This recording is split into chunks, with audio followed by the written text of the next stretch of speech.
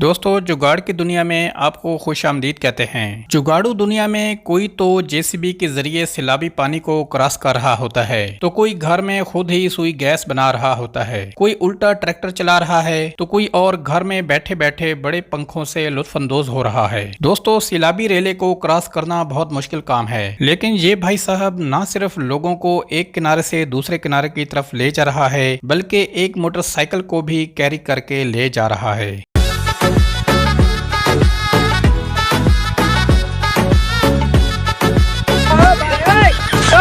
मजा आया।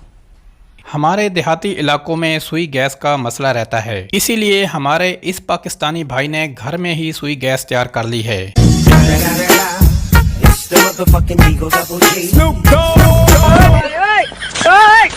क्या देखना पड़ रहा है? ये तो आप जानते हैं, जब फसल पककर तैयार हो जाती है तो परिंदे बहुत नुकसान करते हैं, इसीलिए पाकिस्तानी भाइयों ने परिंदों को डराने के लिए एक शानदार जुगाड़ बना लिया है।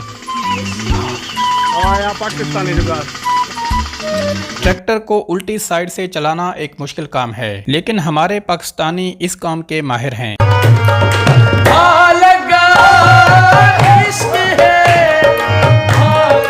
जिन लोगों की दोस्तियां बहुत ज्यादा हों तो उन्हें खुश करने के लिए बड़े बड़े पंखों का भी इंतजाम करना पड़ता है।